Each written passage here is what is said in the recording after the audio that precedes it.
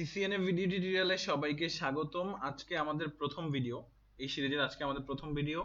তো আমরা আসলে ভিডিওগুলো একটু ছোট ছোট করে করব, মানে ছোট ছোট করে একটু কি বলে, একটু আমরা আসলে নিজেদের মতো করে গল্প করে করে এখানে ভিডিও গুলা করার চেষ্টা করব, বোঝার চেষ্টা করব।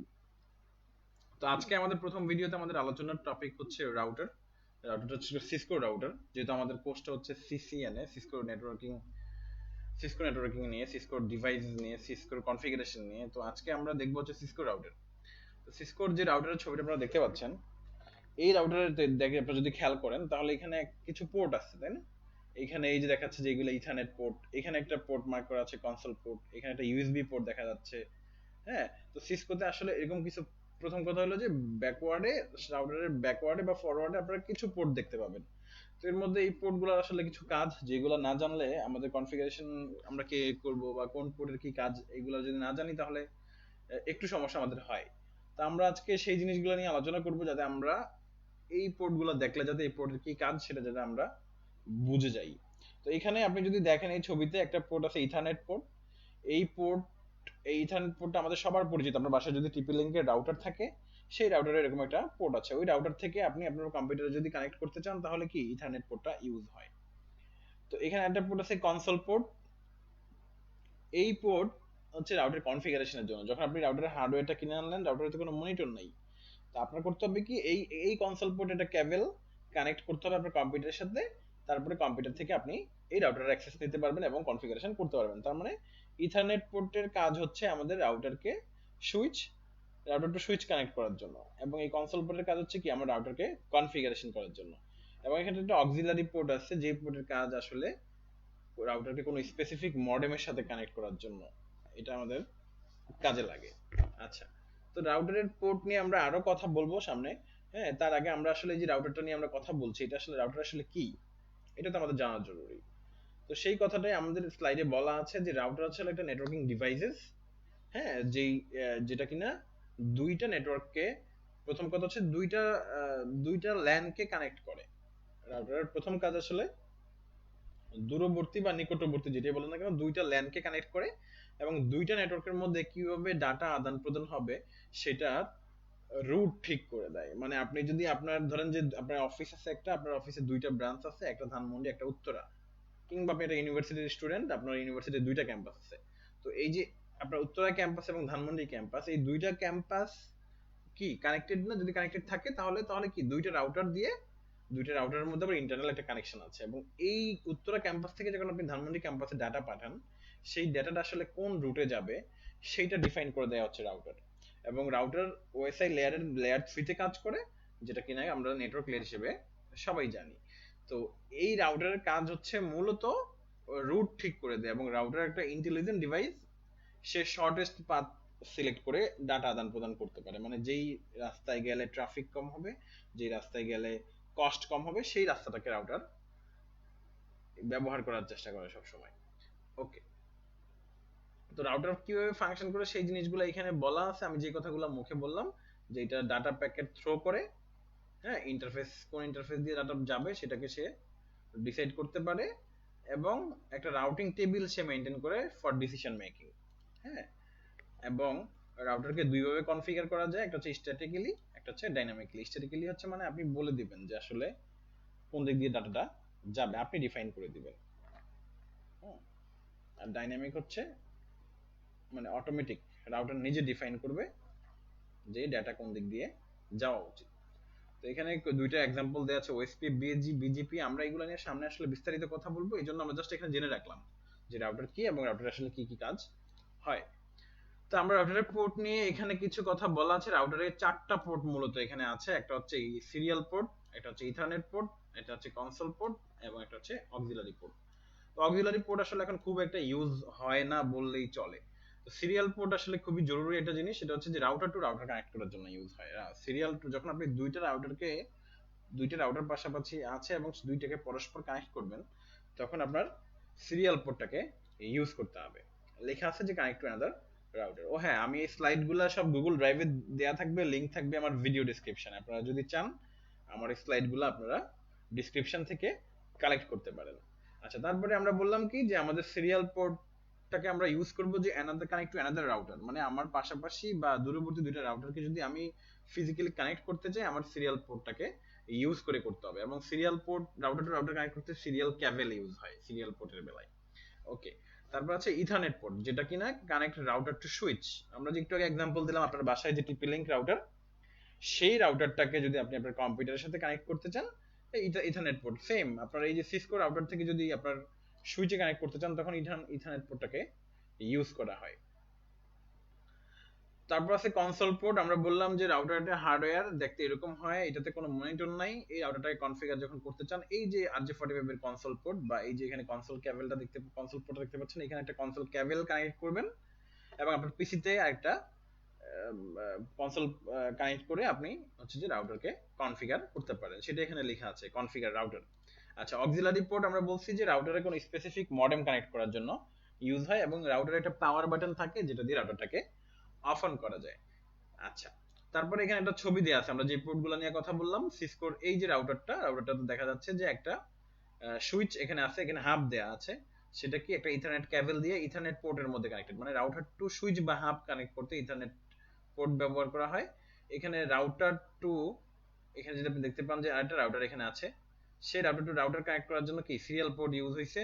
এবং এই যে দেখেন কনসোল পোর্ট, যেটা দিয়ে রাউটারকে কনফিগারের জন্য এই কম্পিউটারের সাথে কানেক্ট করা হয়েছে। এটা ভেরি ইম্পর্টেন্ট যে কনসোল ক্যাবেল বা কনসোল পোর্টে কনসোল ক্যাবেল পিসির থ্রুতে কানেক্ট করে রাউটারকে কনফিগার করা যায়। এটা আমরা সামনে আরো করব, যখন কনফিগার আমরা দেখব। আচ্ছা, অক্সিলারি পোর্টে আমরা দেখতে পাচ্ছি যে একটা মডেম বা একটা ইন্টারনেট মডেম এখানে কানেক্টেড করা আছে। ওকে, এখানে কিছু গুরুত্বপূর্ণ জিনিস নিয়ে আমরা আলোচনা করব, এইগুলো জানা খুবই জরুরি। হ্যাঁ, এগুলো হয়তো আপনি ওইভাবে করে কখনো ডকুমেন্ট পাবেন না, আপনি যদি সিসকোর থিওরি নিয়ে পড়াশোনা করেন তখন হয়তো পাবেন, কিন্তু এই জিনিসগুলো জানা আসলে জরুরি। তো রাউটার একটা হার্ডওয়্যার ডিভাইস, তাই না? তো এই রাউটারটাকে আমরা যেমন কম্পিউটার পরিচালনা করি, কম্পিউটার তো হার্ডওয়্যার, আপনার কম্পিউটারটা একটা হার্ডওয়্যার আর সফটওয়্যারের সমন্বয় কিন্তু, তাই না? আপনার কম্পিউটারে যদি অপারেটিং সিস্টেম না থাকে, উইন্ডোজ যেটাকে আমরা বলি, উইন্ডোজ যদি না থাকে, আপনার এই হার্ডওয়্যার যদি কোটি কোটি টাকা দিয়েও কিনেন কোনো লাভ নাই, কারণ আপনি এটাকে অপারেট করতে পারবেন না। তো রাউটারটা একটা হার্ডওয়্যার, এবং এই রাউটারের ভিতরে কম্পিউটারে যেরকম উইন্ডোজ আছে, রাউটারের ভিতরেও কিন্তু একটা অপারেটিং সিস্টেম বা আইওএস, সিসকোর বা সেটাকে বলে আইওএস, ইন্টারনেটওয়ার্ক অপারেটিং সিস্টেম। এই হার্ডওয়্যারটাকে যে বুট করে সেটার জন্য একটা অপারেটিং সিস্টেম সিসকো ইউজ করে, যেটাকে বলে আইওএস। এবং এই রাউটারের ভিতরে একটা র্যাম আছে, কম্পিউটারের মধ্যে এটা র্যাম রাউটারের ভিতরে আছে। যখন আপনি কনফিগারেশন করেন, রানিং কনফিগারেশন গুলা, মানে যে কনফিগারেশন গুলো আপনি এখন করছেন, রানিং করছেন, সেই কনফিগারেশন গুলো সব র্যামে থাকে। এবং আমরা সবাই জানি র্যাম একটা ভোলাটাইল মেমোরি, যদি কোনোভাবে আপনার রাউটার পাওয়ার অফ হয়ে যায় র্যাম থেকে, এই যে কনফিগারেশন গুলো করলেন আপনি, এগুলো মুছে যাবে যদি আপনি সেভ না করেন। আচ্ছা, এখন প্রশ্ন হচ্ছে যে সেভ না করলে র্যামে থাকে, যেটাকে আমরা বললাম রানিং কনফিগারেশন, তাহলে আমরা তো হচ্ছে কখনোই চাইবো না যে আমরা কনফিগারেশন করার পরে এগুলো মুছে যাক। তো আমরা কি করবো, আমরা কনফিগারেশনটাকে সবসময় সেভ দিব। আমরা যখন কনফিগারেশনটাকে সেভ দিব সিসকো রাউটারে, তখন এগুলা র্যামে থাকবে না, এগুলা চলে যাবে কোথায়, এনভিরএমে। এনভিরএম মানে হচ্ছে non volatile random access memory, মানে র্যান্ডম অ্যাক্সেস মেমোরি যদি ভোলাটাইল হয়, নন ভোলাটাইল মানে এই মেমোরি কোনো তথ্য ভুলে না। ওকে, তো আমরা কনফিগারেশন সেভ করলে সেটা চলে যাচ্ছে এনভিরএম, এবং সেটাকে রাউটারের ভাষায় বলা হচ্ছে স্টার্টআপ কনফিগারেশন। স্টার্টআপ কনফিগারেশন, আমার রাউটার যদি হাজার হাজার বার রিসেট হয়, আমার মানে রিসেট না, সরি রিস্টার্ট যদি হয়, রিসেট হলে তো চলেই যাবে, রিস্টার্ট যদি হয় তাহলে আমার এই কনফিগারেশনগুলো আমার রাউটারে থাকবে। আচ্ছা, তো সেটা এখানে বলা আছে যে র্যাম, র্যান্ডম অ্যাক্সেস মেমোরি, যেটা টেম্পোরারি মেমোরি, টেম্পোরারি সেই কনফিগারেশনগুলোকে স্টোর করে এবং শর্ট টাইমের জন্য করে, যেটাকে বলে রানিং কনফিগারেশন। আচ্ছা, আরেকটা হচ্ছে এনভিরএম, যখন আমরা ডাটাকে সেভ দিয়ে দিব তখন সেটা পার্মানেন্টলি এনভিরএম স্টোর হয়ে যায় এবং সেটাকে বলে স্টার্টআপ কনফিগারেশন। তারপর রাউটারের আইওএস এর কথা বললাম, আমরা উইন্ডোজে যেরকম অপারেটিং সিস্টেম আছে, রাউটারে একটা আইওএস আছে যেটাকে বলে ইন্টারনেটওয়ার্ক ওএস, এবং এইখানে একটা কনফিগারেশন রেজিস্টার আছে। আপনি রাউটার যতগুলা কনফিগারেশন করবেন, রাউটারে যে কনফিগারেশনে যে কমান্ডগুলো দিবেন, এই কনফিগারেশনের এই কমান্ডগুলো আগে থেকে এই আইওএস এর ভিতরে কল করা আছে, মানে মিনি যে আইএসও আছে রাউটারের, যে অপারেটিং সিস্টেম আছে, সেটার ভিতরে একটা কনফিগারেশন রেজিস্টার এবং সেখানে কমান্ডগুলা স্টোর করা আছে। ওই কমান্ডগুলো ওইখান থেকে আপনি যখন ক্লিক করেন সেখান থেকেই কল করে। যখনই আপনি কোনো ওই কনফিগারেশন রেজিস্টারে থাকা মানে কনফিগারেশন রেজিস্টারের বাইরের কোনো কমান্ড দিবেন, তখন সিসকো রাউটার আপনাকে বলবে যে এই কনফিগারেশন কমান্ডটা ইনভ্যালিড, মানে এটা ঠিক নাই। ওকে, তাহলে আরেকটা জিনিস আছে, সেটা হচ্ছে রম। রিড অনলি মেমোরি আমরা সবাই জানি। এই রিড অনলি মেমোরি রাউটারের বেলায় কাজ হচ্ছে বুটিং প্রসেসটাকে সে ডিক্লেয়ার করে দেয়। হ্যাঁ, বুটিং প্রসেসটাকে সে ডিক্লেয়ার করে, এবং এখানে আরেকটা প্রসেস হয় যেটাকে বলে পোস্ট, POST। এই ফুল মিনিং হচ্ছে পাওয়ার অন সেলফ টেস্ট। আপনারা যদি দেখেন POST এই চারটাকে যদি আমরা আলাদা আলাদা করি তাহলে এটাকে বলা হচ্ছে পাওয়ার অন সেলফ টেস্ট। মানে পাওয়ার অন মানে যখন পাওয়ার অন হয়, সেলফ টেস্ট মানে নিজেকে সে চেক করে। রমের কাজ হচ্ছে বুটিং প্রসেস, এবং বুটিং প্রসেস করার সময় এই পোস্টের কাজ হচ্ছে সে রাউটারের যে আইএসওটা সেটা ঠিক আছে কিনা, এবং রাউটারের হার্ডওয়্যার গুলা এভরিথিং ইজ ওকে কিনা। ওকে হইলেই সে এই পোস্ট কি করে রাউটারটাকে স্টার্ট করে বুটিং মোডে অ্যাক্টিভ করে দেয়।